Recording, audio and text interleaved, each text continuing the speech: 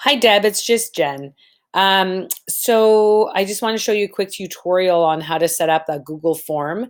Now, I'm part of a Google board, so everything I do seems to be in Google. So for you, if you're not a Google board, so if you don't use Gmail for your board email address, you may not have a setup sort of like mine. Obviously, these pictures and things are something that I've modified, but generally speaking, once you log into your Gmail, you should be able to find, or if you have Google Drive or whatever it is that you happen to use, you'll see this little thing. Some people call it a matrix. I call it a waffle. So you just want to click on that, scroll down to more, and then you'll see that Google Forms should be right there. So just click on that. New Google Form should open up for you, or the options should. I generally choose blank. If you choose the template, sometimes you run into some other kind of complicated messes that you don't necessarily want. The very first thing that I do is I always title it. So let's say you want to make this seminar or presentation choices, or whatever you want to call it, it's fine. As soon as you hit return on that, it should, or even if you click up in here, it'll change. That way, it automatically gives you a title so that when you go to search for it, you should be able to find it. So then the next part, you might want to discuss or put a description here in terms of what you want your candidates to do. So, please choose, oops, I should learn how to spell. It's Friday afternoon. Your top oh my goodness, top three choices for presentations, whatever you want to say.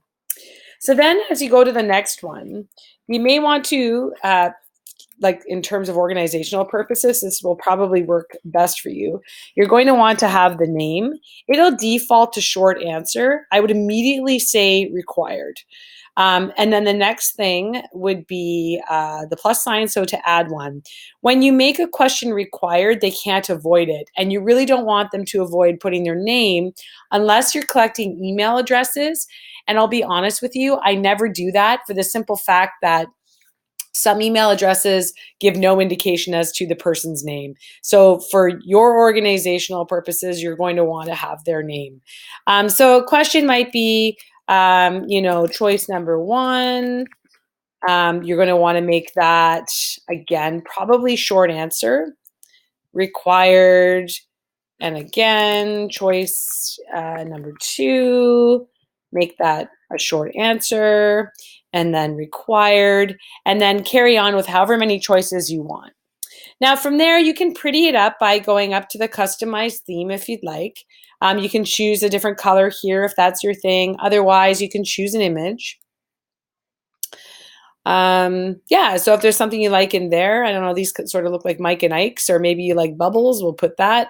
I can just press select and it will change for you. But now we're not finished. So the next part is we want to go into settings.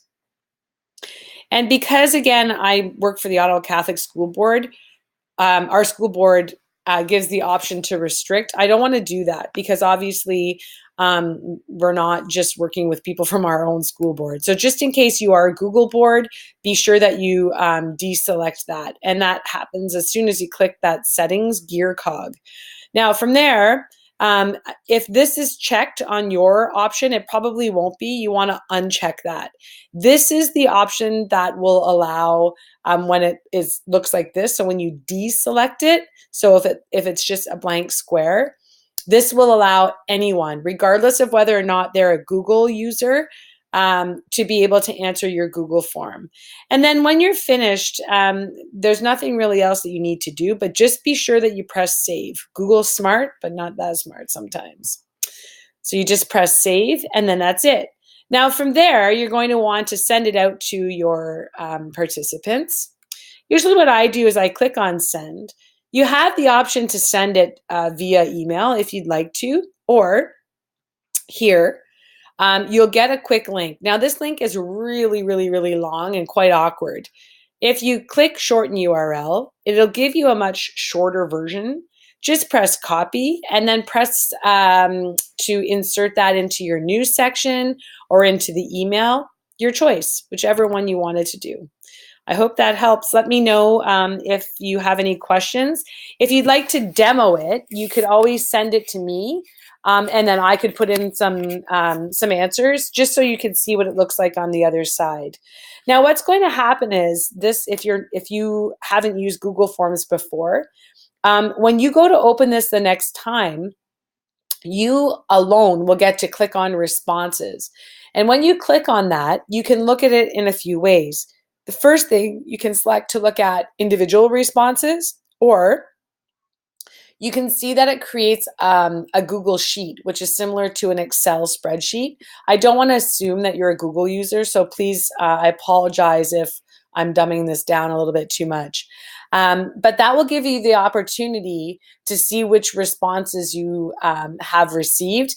And what will happen is everything will be organized by column. So your first column will be the person's name, and that entire row will be their selections for their presentation choices. Again, I hope this helps. Let me know if you have any questions.